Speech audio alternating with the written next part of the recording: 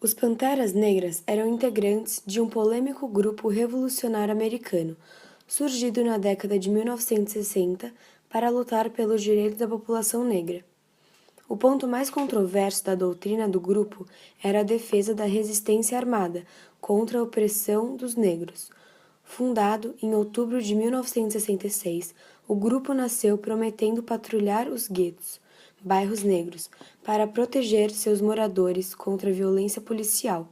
O movimento se espalhou pelos Estados Unidos e atingiu seu período de maior popularidade no final da década de 1960, quando chegou a ter 2.000 membros e escritórios nas principais cidades do país.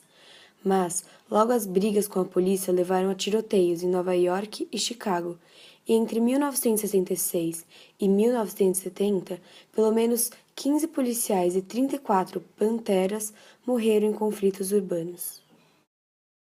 Martin Luther King Jr. foi um ativista norte-americano que defendeu várias causas sociais e inclusive nos fez lembrar o grande Mahatma Gandhi, porque também pregava não violência acima de tudo. Seu discurso "Eu Tenho um Sonho", realizado em Washington em 1963, se tornou mundialmente conhecido.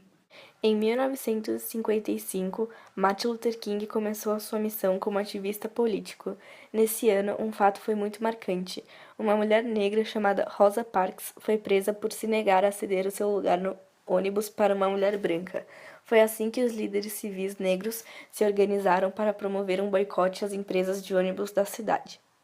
Luther King foi um dos líderes desse boicote que tinha como objetivo protestar contra a discriminação racial vivenciada diariamente no transporte público.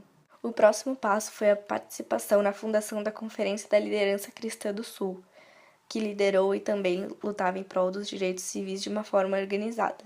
A CLCS ficou sob responsabilidade de Martin Luther King até a morte dele e era constituída predominantemente por comunidades negras ligadas à Igreja Batista. Ele pregava a desobediência civil, assim como Mahatma Gandhi, de modo que os protestos que ele organizava por meio da CLCS eram todos orientados por essa premissa. Além disso, durante toda a década de 60, o ativista atuou comandando marchas e protestos que se manifestavam em defesa da igualdade de direitos para brancos e negros e pediam o fim da discriminação social, sempre sem violência.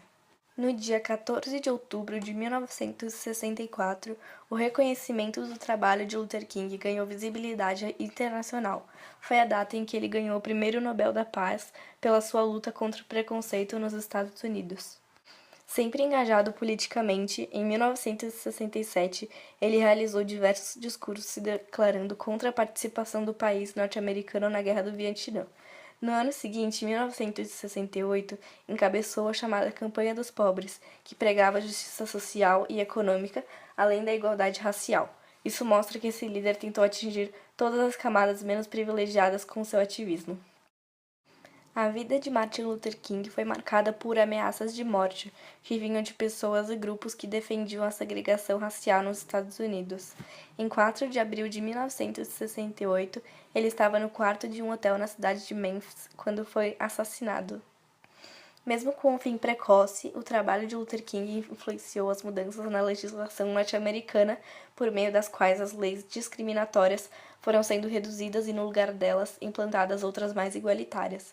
Apesar de ter atuado nos Estados Unidos, é uma inspiração no mundo O todo. movimento Black Power, que significa literalmente poder negro, surgiu nos anos 60 como uma forma de renascimento cultural da comunidade negra dos Estados Unidos, a exemplo que tinha acontecido nos anos 20. Considerado por muitos autores como um movimento de consciência negra ou das artes negras, o Black Power estimulou a criação de instituições culturais e educacionais independentes para a comunidade negra que duraram até os anos 70. A atenção dos meios de comunicação internacional relativamente a este movimento verificou-se no verão de 1966, quando o termo foi utilizado num discurso pelo presidente do Comitê de Coordenação dos Estudantes. Nascido no dia 19 de maio de 1925, Malcolm Little era filho de Earl e Louis Little. Quando tinha apenas 6 anos de idade, seu pai, que era membro da Associação Universal para o Progresso Negro, foi brutalmente espancado e jogado na linha do trem. Com o corpo quase partido ao meio, faleceu em seguida. A mãe era filha do estupro de uma mulher negra por um homem branco, o que a fazia ter uma cor de pele mais clara e por isso conseguia empregos domésticos com mais facilidade. Assim, Louis assumiu o sustento da família de 8 filhos, porém não dava conta com o que recebia, e a família chegou a uma condição de indigente. Ela negava sempre em oferecer seus filhos para adoção, e o governo dos Estados Unidos passou a questionar sua sanidade mental. Por fim, os 2 irmãos mais velhos foram deixados à própria sorte e os demais foram adotados. Era a separação da família. Preso por roubo na adolescência, Malcolm na prisão entrou em contato com os ensinamentos de Elijah Muhammad, líder da nação do Islã, e ao sair tornou-se o seu principal missionário. Preso por roubo na adolescência, Malcolm na prisão entrou em contato com os ensinamentos de Elijah Muhammad, líder da nação do Islã, e ao sair tornou-se o seu principal missionário.